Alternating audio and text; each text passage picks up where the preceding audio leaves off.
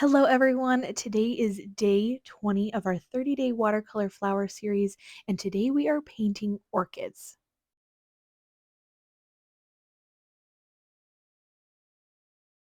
Orchids can seem kind of complicated, so in my loose style, stay with me here while I try to explain the way that I paint them.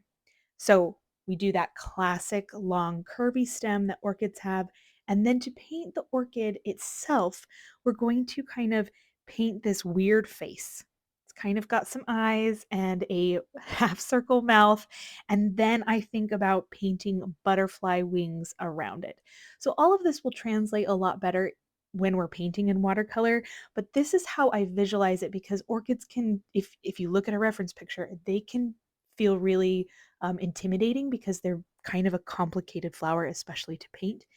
So we're going to paint them along the stem, getting smaller and a little bit maybe more sideways as we get towards the end.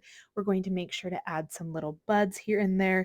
And then orchids can be really full on the branch. And so we're also And then going they to have paint very some large, orchids that are long kind of leaves that are right peeking at the out base. behind the main ones that we have.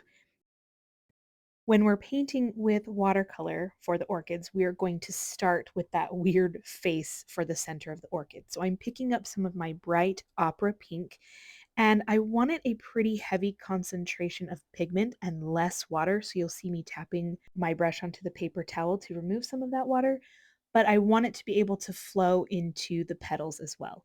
So we're going to start with kind of those two dots for the eyes and then a smile. But if you want to change it up so it doesn't look like there's a face staring at you, you can make the lines a little bit disconnected or a little bit overlapped. That's how I take that initial idea of painting a smile to remember how to paint the orchid, but not actually make it a smile. So then we're going to mix up some of our bright yellow, and we want this in a slightly more watery wash than the pink because we want the pink to blend and bleed into the yellow just a bit. It'll give it a really nice effect into the petals. So I'm starting with the upper two petals. Again, when I was mentioning at the beginning, I kind of think of it as a butterfly. It really helps me to visualize how I'm painting the petals. So I start with the top two, they're in front, and then I layer the bottom ones kind of underneath using that same technique of touching the paint to the center so that some of the pink is coming into the flower petal. And then I give my butterfly a little hat. So I just do a little flower petal that's peeking in the back, and I leave a little bit of white space so you can see a distinction between the petals. I'm cleaning my brush so I can pick up some more of the opera pink, and I'm picking up a very strong concentration, very little water, and I'm dabbing it into the center pink areas that we created earlier while everything is still wet so we get even more of a stronger pigment bleed into the flower petals. I'm also going to add that to the end of the petals as well, and then I'm using the other end of my brush to push into the paper to create some veining into the flower petals. So what happens is when you use that other end of your brush, you're making an indent into the paper and the pigment flows into that indent, creating a really natural line so you don't have to actually paint it. We're going to let that flower completely dry before we add any more details, and we're going to paint some more of the orchids along our branch. As I'm painting the orchids along the branch and I'm coming down to the end, they're going to be slightly smaller. And this one, I wanted to curve it a little bit to give the impression that maybe it's more on the top of the branch versus on the side facing toward us. One way you can do that is by making all of your elements longer and shorter. So my first orchid had really wide elements. The flower petals are really full. It's fully facing towards you. And then this orchid, the petals are a little bit longer and thinner to give the impression that you're looking at it more from the side. With the veining detail that we're adding by pushing the other end of our brush into the petals, it's more of a coloring detail.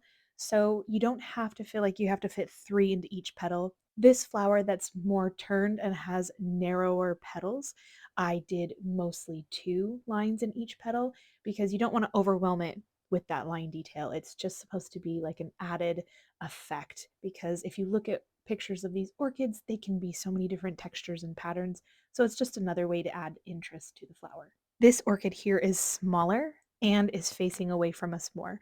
So we're really only seeing the petals toward us, and the petals, all of the petals are longer in shape because we're seeing them from the side. And then the petals that are facing more away from us, I've made really small and really thin. So it gives that illusion that it's curving towards the other side of the plant. We're going to make another fully facing us orchid with this creepy smile. This one's the creepiest. I don't know if you are this way, but I see faces in everything. So when I was looking at reference pictures to study how to paint the orchid in general, all I could see was a face. And so if that helps you, I really hope so. If now all you can see is a face when you see orchids, I'm really sorry. But we're going to mess with it enough that hopefully by the end it doesn't look like a face. It just really helps me to start painting the orchid and then doing those butterfly wings. So once we have all of our main orchids painted, we're going to start doing some of the petals that are behind, that are peeking out, because if you look at an orchid stem, they're pretty full and a lot of them are overlapping. So I already painted one that's kind of overlapping towards the bottom, towards those middle flowers. And then we're just going to keep adding them until we feel like it's full without looking weird. So right around where I've painted this last fully facing flower, there is some awkward space. So I'm going to fill that with some half circles or shapes like the butterfly wings. And then I'm going to add the pink accents. And I'm going to do that until it feels like it looks full and normal without looking awkward. We will be adding even more details to the flowers, so we're going to let that completely dry and we're going to start mixing up our color for our greenery. I am using sap green, but I'm also adding some cad red to get this beautiful deep green. Green and red are complementary colors, so they help cancel each other out. So when you add a little bit of red to green, you get this deep, beautiful, moody, muted green. I love it.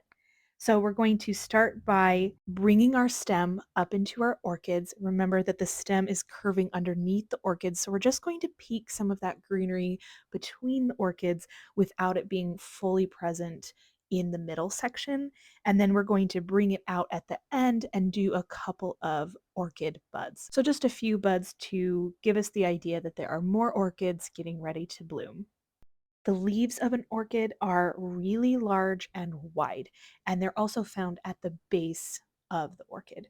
So we are going to paint these really wide, big strokes to create our leaf. I'm doing 2 strokes, leaving white space in the center for our middle vein and keeping all of the edges nice and smooth and simple. While everything is still wet, I'm adding a little bit of sap green to our mixture of green that we already have, just to give it a little bit more brightness and depth of color.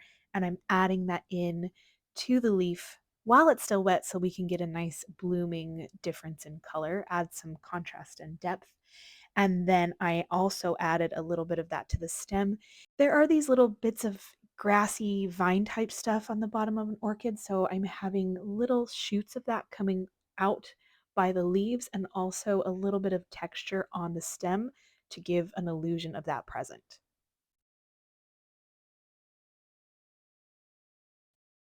I'm going to pick up that same color we've been using and add it to some of the greenery within the orchid. So this just adds some contrast and depth because, like we talk about all the time, watercolor can look so flat. We need our light tones, mid tones, and dark tones.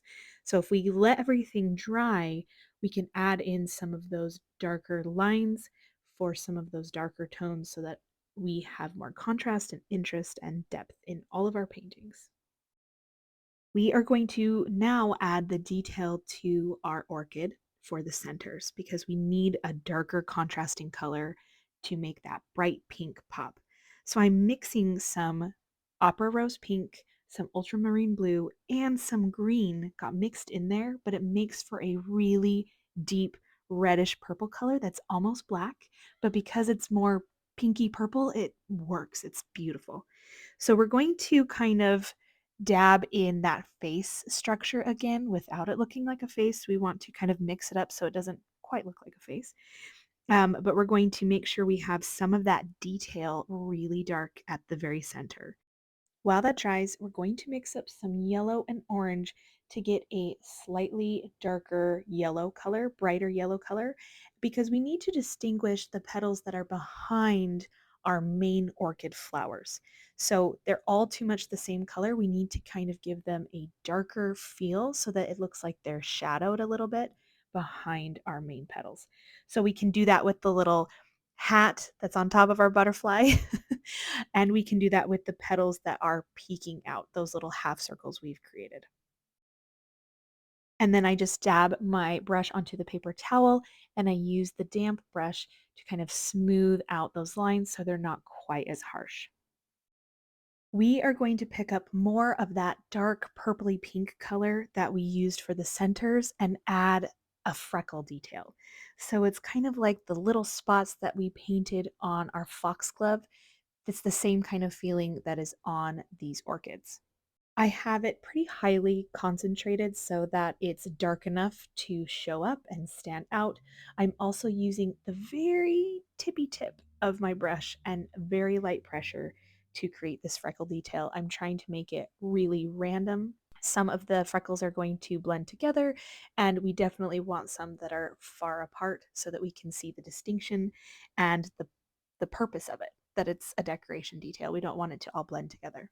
At this point, the flower portion of the orchid is totally finished, and that dark purple pink color is amazing. It just really makes everything pop. Now we're going to do the final details on our greenery. So I'm picking up some more sap green and I'm mixing it with that dark purpley pink color on the palette to give a really nice, deep, moody, shadowy green color. And then we're just going to add that in a few spots to give some details and interest and shadow. We're creating our deepest, darkest color now at this point since we already have lots of light tones and midtones. And with those details, our orchids are finished. So now we get to add that to the day 20 spot on our watercolor flower guide. I love orchids. I feel like I don't see them painted enough and I want to see them painted more. And you'll now remember how to paint them forever with the creepy face hack. Thank you so much for being here while we painted day 20 orchids. I will see you all tomorrow for day 21. Bye.